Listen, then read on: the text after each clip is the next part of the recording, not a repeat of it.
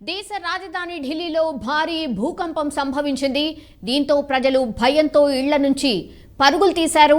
ఈ రోజు మధ్యాహ్నం 2:40 ఢిల్లీతో పాటు ఎన్సీఆర్ పరిధిలో పలు సెకన్ల పాటు భూ ప్రకంపనలు సంభవించాయి. దీంతో ప్రజలు తీవ్ర భయాందోళనకు లోనయ్యారు.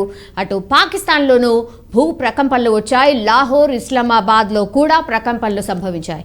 డీటెయిల్స్ తెలుసుకునే ప్రయత్నం చేద్దాం. మనతో పాటు ఉన్నారు ఇన్పుట్ ఎడిటర్ సంజయ్, ఏంటి అప్డేట్?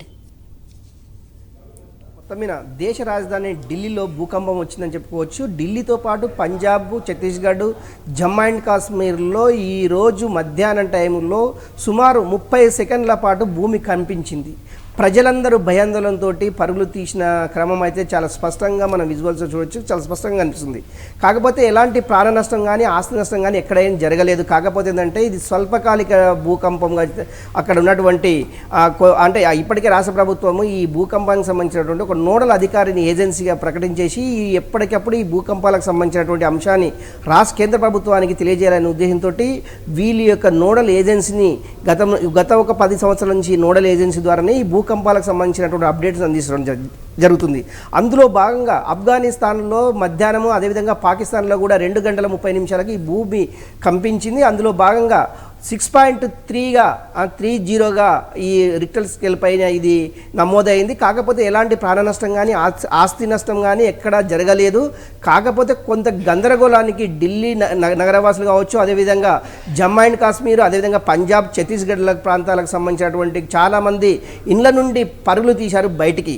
కాకపోతే ఒకటి, ఇలాంటి భూకంపాలు గతంలో చాలా సందర్భాల్లో వచ్చాయి.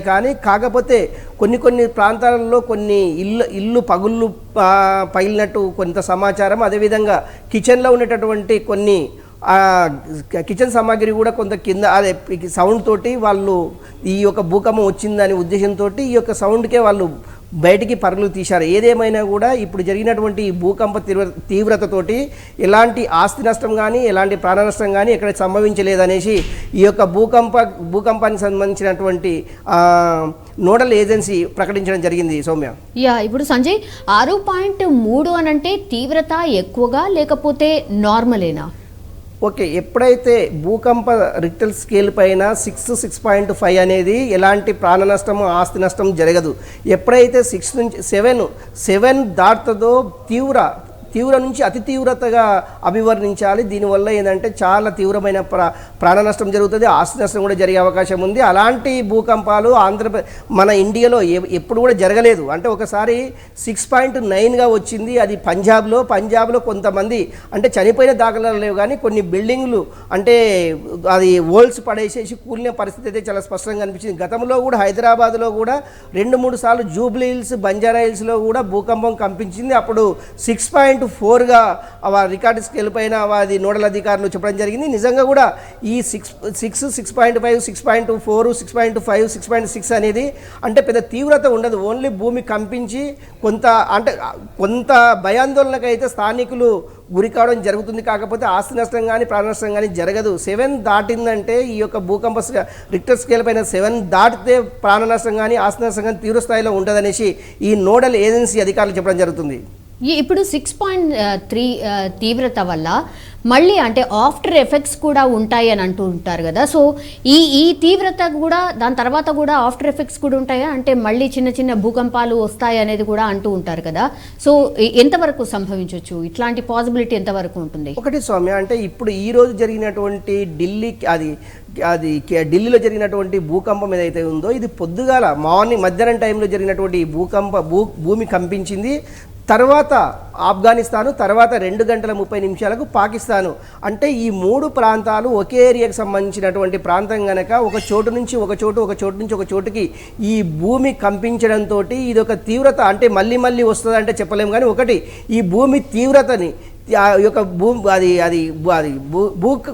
భూమి ఎప్పుడైతే ఏ ప్రాంతంలో అయితే కంపిస్తుందో ఆ ప్రాంతానికి సంబంధించినటువంటి కావచ్చు, ఆ ప్రాంతంలో ఉండేటటువంటి భూమి కంపించే ప్రాంతాలను ఈ యొక్క నోడల్ ఏజెన్సీ ఎస్మాతికి అనేసి ఒక ఏజెన్సీకి అప్పచెప్పేది. ఎప్పటికప్పుడు అంటే భూమి కంపించే అంటే భూకంపాలు వచ్చేటటువంటి క్రమం ఏదైతే ఉందో ముందుగానే పసిగట్టేసేసి అంటే కేంద్ర ప్రభుత్వానికి కావచ్చు, ఆ రాష్ట్రాలకు సంబంధించినటువంటి రాష్ట్ర ప్రభుత్వాలకు హెచ్చరికలు జారీ చేసే అవకాశం అవకాశము చాలా స్పష్టంగా ఉంది.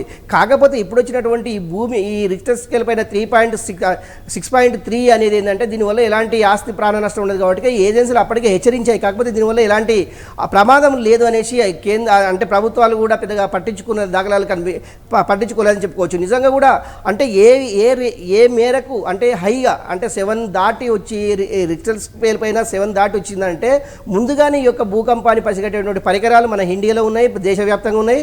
వాటిని ఏ విధంగా అధిగమించాలని అది అవకాశాలు కూడా చాలా స్పష్టంగా కనిపిస్తాయి. కాకపోతే ఏంటంటే ఇప్పుడు వచ్చినటువంటి ఈ యొక్క భూకంపం తీవ్రత చాలా తక్కువ ఉంది కనుకనే పెద్దగా ఎవరు కూడా పట్టించుకునే దాఖలాలు లేవు.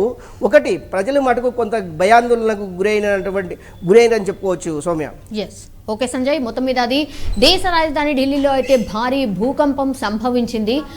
దీంతో ప్రజలు భయంతో ఇళ్ల నుంచి పరుగులు తీసినటువంటి సిచ్యువేషన్ కూడా చూసాం. ఎగ్జాక్ట్లీ ఇది మధ్యాహ్నం 2:40 ఢిల్లీతో పాటు ఎన్సీఆర్ పరిధిలో పలు సెకండ్ల పాటు భూ ప్రకంపనలు సంభవించాయి. దీంతో ప్రజలు తీవ్ర భయాందోళనకు కూడా లోనయ్యారు.